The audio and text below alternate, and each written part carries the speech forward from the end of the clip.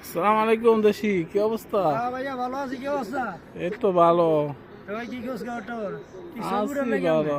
হ্যাঁ, আমি এদিকে জায়গাটা অনেক সুন্দর, এই জন্য ছবি তুলতেছিলাম। আমি তো আইছি সাভালা থেকে একটা ছবি উঠার লাগে, কই আলিয়ামদি আইছি অনেক দিন, এক বছর পরে আইছিলাম তো। আচ্ছা, কই দেখি একটু ঘুরে ঘুরা দিয়ে যাই। চাপালাতে? আপনার কলেজ কি বন্ধ?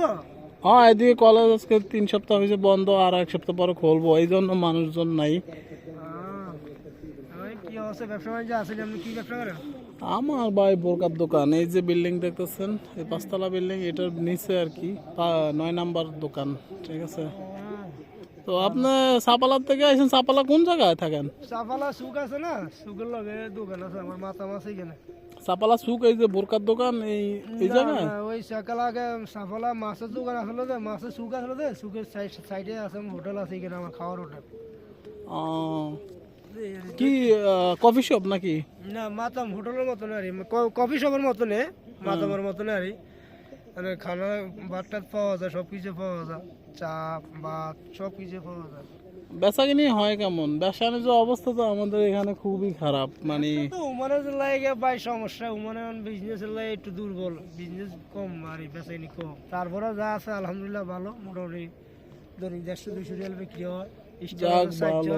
ইস্টাবাদে 60 জন মোটামুটি আছে, মোটামুটি বেচাকেনি ভালো। আচ্ছা, যাক ভালো। তো এইদিকে এত রাত্রে তো কোনো কারণ আছে আমার জানা মতো? এইখানে আইসি বলতে সাফালাতে আইসি যে দেখতে আসছিলাম একটু, কলেজের সামনে একটা দোকান দেওয়ার মতো একটা সিস্টেম আছে কিনা দেখতেছি, কোনো ভালো একটা দোকান পাওয়া যায় চাইতেছি।